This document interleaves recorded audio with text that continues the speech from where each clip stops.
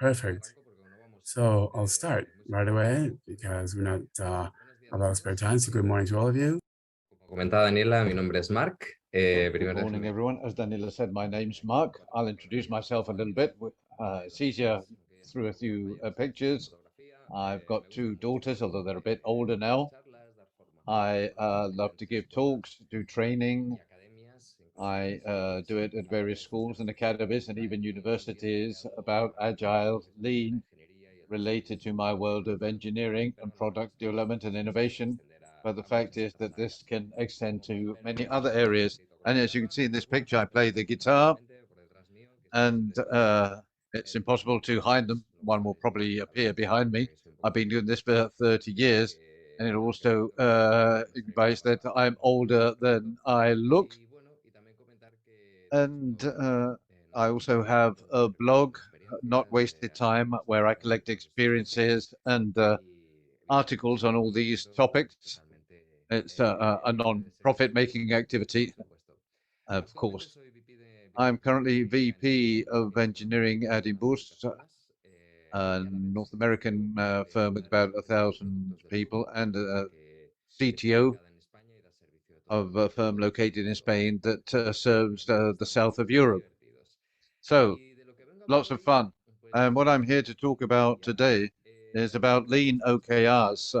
I always like to explain in introducing a talk or a course or a discussion at a meeting what we plan to cover during that meeting, especially the problem we want to solve. And I would break it down into two, basically explain why I think that in my case, and therefore this could be extrapolated to everyone, why we should work by objectives.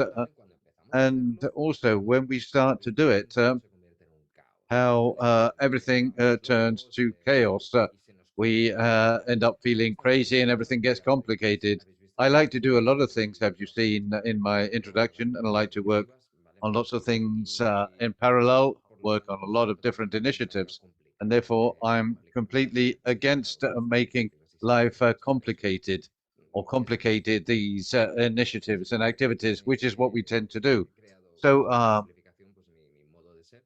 simplification is my way of being, my way of working, and it's always what I look for. So let's start from the beginning. Why work with objectives? I'll give a couple of examples. First of all, when I do consulting for other firms or with my own teams in my own company, the situation comes up of how to scale, how to improve, how to correct this lack of performance we believe we have. And I'm always asked for tips, best practices, and the Ten Commandments. And I say they don't exist because it all completely depends on the reality, the situation, on whether we want to increase the revenue or scale up in people because we have to sell a lot of additional services, etc., etc. So I always say something similar to what we see in the picture. It depends on where we're going, because depending on that, we'll choose one mode of transportation or another. Call it methodology, approach, tricks, or whatever, and everything takes time. There is no magic formula. And another thing, well, let me turn this around. Another need, well, I think it's very important to work by objectives. We're always looking for improvements, being more productive, making our teams more efficient. And you'll agree with me that this all has to do with people.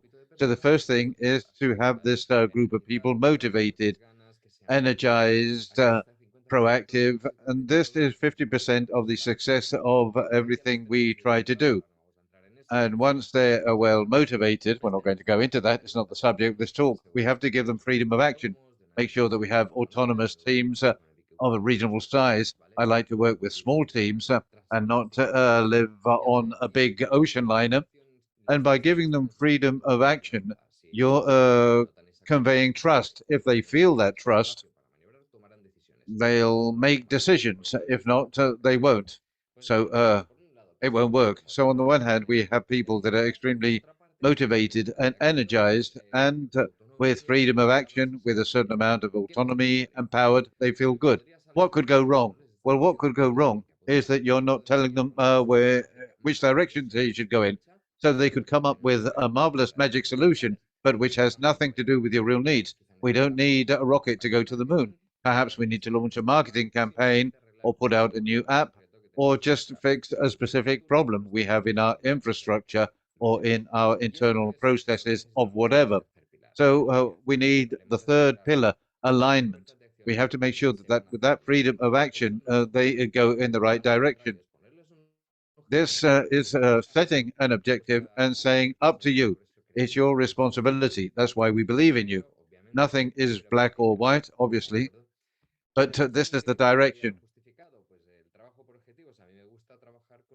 In work by objectives, I like to work with OKRs. Why? Because I've used them for 7 years and I've crashed into all kinds of obstacles.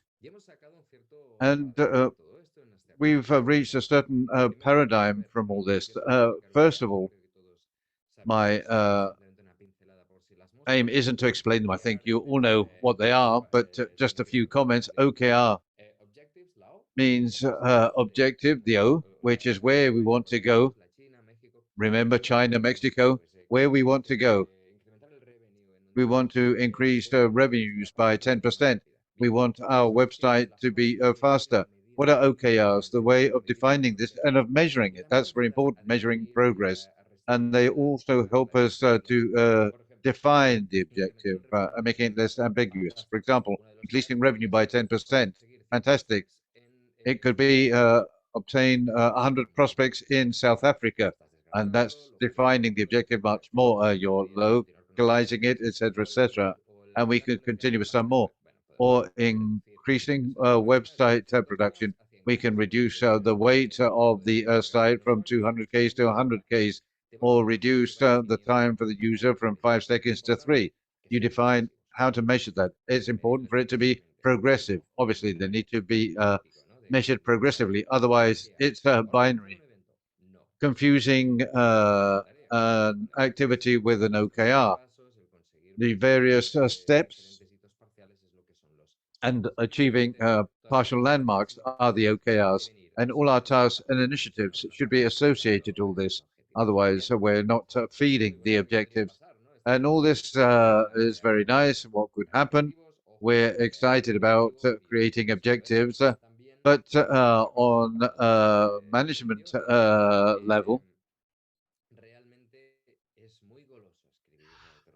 it's very easy to write up objectives. So let's work on objective. Let's do this, that, and the other. We have to be careful because in the end, what happens is that we find ourselves in this situation. This is my favorite cartoon in the last 4 years because I always try to avoid this, the multi-focus. And I'll give you an example. For 2 years, we evolved the model. That's where Lean OKR came from. That's where it all began. We started to use OKR in engineering. I had a team of about 100 people, organized under 10 or 12 teams. And each of the teams had 4 or 5 objectives, and each objective had 4 or 5 OKRs. If we multiply, this gives us about 200, 250 OKRs to be monitored on a quarterly basis. Monitor, improve, analyze every quarter. I measured it and I was spending more than 40% of my time to managing this model. And the teams on average were spending 20 to 30% of their time. This is paralysis by analysis, excessive bureaucracy, etc. If to that we add misunderstandings, you don't have time because of all this burden for other things. You say, let's use OKRs. Okay, I have my to-do list or the roadmap. Give me the Google template and I'm going to download it all. Obviously, that's not the objective and that's not what gives us value. To gain time, to be able to breathe and to do things in a more sensible way, we gradually introduce the combination of these two elements, the lean principles of adjustability, common sense, rationality, doing things with the necessary resources and no more than's needed because that's a waste. So we worked on lean, and you shouldn't lose less either because that can reduce quality, and that's something we shouldn't forget. Okay, so what is Lean OKR based on? It's a progressive approach that we evolved, and we've adapted it at Bamble, where I worked for 2 years. And we gradually made it evolve. We each did our own personalization. and it's a paper. If I have a little bit of time, I'm polishing it. I can't promise when I'm going to publish it, but I'm working on it. And this is a starting point. And from here, the teams have to evolve. These are the principles or steps or recommendations, best practices that define Lean OKR on a very high level. First of all, it's a method based on a progressive adoption of OKRs based on a direct integration with the teams and their operations. And to be progressive and not die of success at the beginning, we recommend starting with a couple of objectives and a couple of KRs for each of them and establish the proper priority within the team. Because at the beginning, you'll find that the company or the teams aren't mature enough, and sometimes some of them get muddled with just two objectives. And that happens, and that's fine. And instead of defining whether objective A or objective B should be chosen, we just have to agree that we need an objective. And don't worry, just use one to start off with. Make it easy. We'll complicate things so we go along. Make it progressive. Only team OKRs. I recommend working on the OKRs on a team level more than on a strategy level or a company level, which is usually annual. That's fine. It gives us some visibility. We can work with a company mission if it's necessary, but that's at top level. And a human resources team, for example, they often don't see how their actions can feed company objectives related to doubling the company revenues. We have to work on intermediate objective layers because that's the tactic. Let's leave the strategy at that top level and let's work on the tactics. And this is where we find all these points for improvement. We have to be careful with the objectives that clash with each other. They should go hand in hand. We have to identify them, give them visibility. And I think there's no need to explain it. We need continuous improvement spaces. And with lean OKRs, we can analyze things, turn them around, etc., etc. And we've heard about the image cycle and generate feedback. And through this, OKR implies visibility. Lean Kanban also implies visibility. And this promotes the communication, transparency, and obviously purpose for people to understand the purpose of what they're doing. And this is linked to the benefits of motivation and alignment we were discussing at the beginning. And especially hit the ground running. We have to get ready for it. No, set an objective and get to work on it. But it doesn't cover everything. Well, don't worry. We'll just get started on it. After the first iteration, we start all over again. So small but constant changes and improvements. And since we don't have much time, I brought a couple of examples, although on a very high level. At Bamble, we had to create a team from scratch and built it up to about 80 people. And the first 40 were built up during the first 3 months. Product, innovation, engineering teams with a lot of uncertainty. And people came in sporadically. Now two, now one, now somebody from products. It was all disorderly and asynchronous and without a method. We didn't have any products to work on, and we gradually built them up. And we started on a Monday with a weekly review, defining objectives for the rest of the week.